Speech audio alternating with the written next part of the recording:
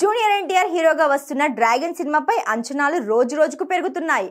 Prashanth Neel direction లో వస్తున్న ఈ సినిమాపై అభిమానులు ఓ రేంజ్ లో అంచనాలు పెట్టేసుకున్నారు.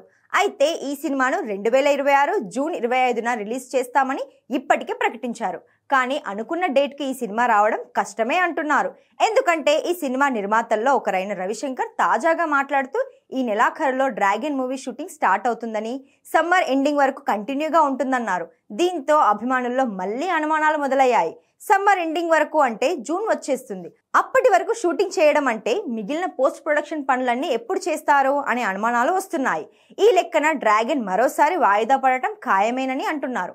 వాస్తవానికి 2026 సంక్రాంతికి డ్రాగన్ రిలీజ్ కానుందని సినిమా లాంచింగ్ రోజే అనౌన్స్ చేశారు. కానీ షూటింగ్ డిలే కారణంగా వాయిదా వేయాల్సి వచ్చింది.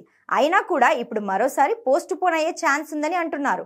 ప్రశాంత్ నీల్ కు కూడా తన సినిమాలను వాయిదా వేయడం అలవాటే. గతంలో KGF 2, సలార్ సినిమాను పలుమార్లు వాయిదా వేశాడు. ఇప్పుడు డ్రాగన్ పరిస్థితి కూడా అలాగే కనిపిస్తుందనే కామెంట్స్ అయితే వినిపిస్తున్నాయి. కానీ ఎట్టి పరిస్థితుల్లోనూ జూన్లోనే ఈ సినిమా వచ్చే ఛాన్సెస్ ఉన్నాయి. కుదరకపోతే 2026 చివరికల్లా రిలీజ్ చేసే ఆలోచనలో ఉన్నట్టు టాక్.